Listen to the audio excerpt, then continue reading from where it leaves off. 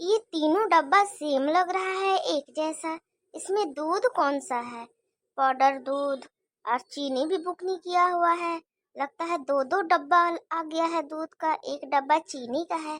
कुछ समझ में नहीं आ रहा है। जाते हैं हम जेठानी से ही पूछ करके आते हैं, नहीं तो कुछ उल्टा पलटा हो जाएगा तो छोटा बच्चा को बहुत दिक्कत होगा। का महारानी, अभी तक तुमसे एक बोतल दूध नहीं भराया हुआ? बच्चा कितना चिल्ला चिल्ला कर रो रहा है। 10 मिनट हो गया तुम्हारा किचन में आया हुआ। इतना लेट होता है क्या एक बोतल दूध भरने में? अरे मम्मी, हम दूध ही तो लेने आए हैं और किचन में तो मेरा आया हुआ अभी 2 मिनट भी नहीं हुआ है और आप बोल रहे हैं कि 10 मिनट हो गया। दूध का डब्बा पहचान रहे हैं? तीनों डब्बा सेम ही है।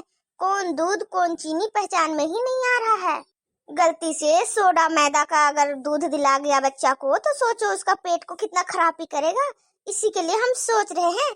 हम तो डब्बा भी लेकर के जेठानी जी के पास जाने वाले थे कि कौन सा डब्बा का दूध है।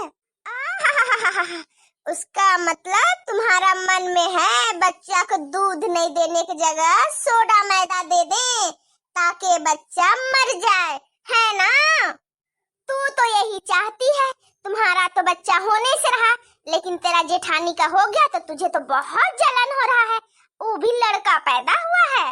तू तो चाहेगी ना उस बच्चा तो ये धरती में खेले कूदे नहीं, बड़ा ना हो। मम्मी जी, आप इतना बड़ा बात कैसे बोल सकते हैं? शुभ शुभ बोलिए मम्मी जी। ये घर का वो पहला वारिस है, उसको भला कैसे कुछ हो सकता है? हमको अच्छा दूध देना है, इसी के लिए तो हम डब्बा को 2 मिनट तक सोच रहे हैं कौन सा दूध का डब्बा है। और आप तो इतना बड़ा मेरे पे इल्जाम लगा रहे हैं कि हम बच्चा को मार देना चाहते हैं। आजकल तो जमाना ही नहीं है भलाई का। जितना डर डर के काम करो, सामने वाला तो उसका जवाब एकदम उल्टा ही देता है। अरे मेरा पोता को तो भूख बर्दाश्त नहीं हो रहा है, वो रोए जा रहा है। करम जली, देख रही है मेरा पोता कितना चिल्ला चिल्ला कर रो रहा है। अब टाइम पास क्या कर रही है मेरा मुंह ताक करके? जा जल्दी दूध भर।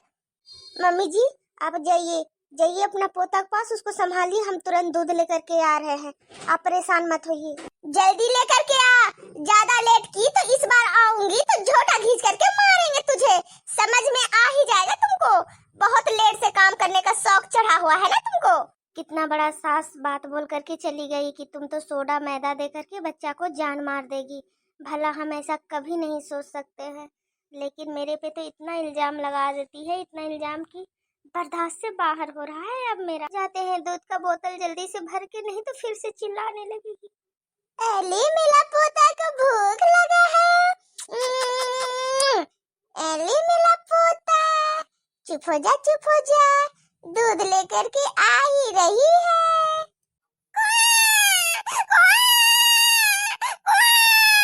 अरे अभी तो हंस रहा था, तुरंत रोने लग गया। बहुत जोर का भूख लगा है मेरा राजकुमार को। नहीं रोते नहीं रोते नहीं रोते। मम्मी की गोदी में है ना तुम? देखो मम्मी के गोदी में कितना आराम से पड़े हुआ है। मम्मी, जो ये आपका पोता है ना, खाली देखने में ही भोला भाला है, अभी थोड़ा चुप है। जब रोना चालू करेगा ना तो पूरा घर सर पे उठा लेता है। आप लोग तो रात में सो जाते हैं मम्मी, उसके बाद जो मेरा हाल होता है ना वो हम ही जानते हैं। सारा दिन इसको लेकर के गोदी में बैठना पड़ता है। और हाँ, ये ना अपना बड़ी मम्मी के पास बहुत अच्छा खेलता है मम्मी, और एकदम बिल्कुल नहीं रोता है। उसके पास तो इसको बहुत मन लगता है अपना बड़ी मम्मी के पास। इसकी बड़ी मम्मी इसका ख्याल बहुत रखती है, समय समय पे दूध देना, तेल लगाना, कपड़े पहनाना, बहुत अच्छा से ख्याल रखती है। हम तो उतना कर भी नहीं पाते हैं मम्मी। सुन बहू, तू ना इसकी बड़ी मम्मी ज्यादा रट लगाओ नहीं। तू जानती नहीं है वो कैसी औरत है, एक नंबर की नागिन है, नागिन। अरे तू ज्यादा उसका पास इसको दिया मत करना, नजर लगा देगी। उसको जलन बहुत है, तुम्हारा लड़का हो गया है और वो भी इतना सुंदर गोरा चिकटा, कुछ उल्टा सीधा ही कर देगी तो तुम क्या करोगी फिर? मम्मी जी, ऐसा क्यों करेगी इसकी बड़ी मम्मी? वो मेरे बेटा से बहुत प्यार करती है। और मम्मी जी हाँ, आप भी एक बात सुन लीजिए अच्छा तरह से। वो ना इतनी भी बुरी नहीं है जितना बुरी से आप उसको देखते हैं। मम्मी, वो भी इस घर की बहू है, उसका भी हक बनता है थोड़ा खुश रहने का। उसको भी सब इज्जत दुलार प्यार से रखें करें जैसे हमको मिलता है। ओ उस लायक बिल्कुल भी नहीं है। इस घर में तो उसको इज्जत और दुलार प्यार तो बिल्कुल भी नहीं मिलेगा।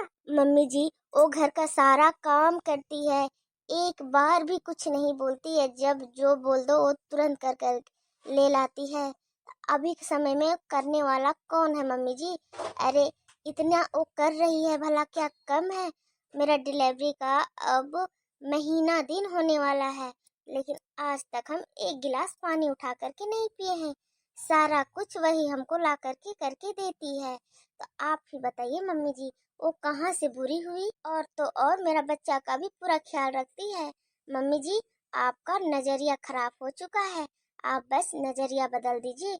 उसके प्रति भी थोड़ा प्यार लाइए मम्मी जी, तो अच्छा रहेगा, उसको भी अच्छा लगेगा। देख बहू, हम ज्यादा कुछ उसके बारे में बोलेंगे नहीं, और हम यही बात बोलेंगे तुमको कि तू भी आँख खोल के रख, कुछ उल्टा सीधा तेरे या तेरे बच्चे के साथ ना हो।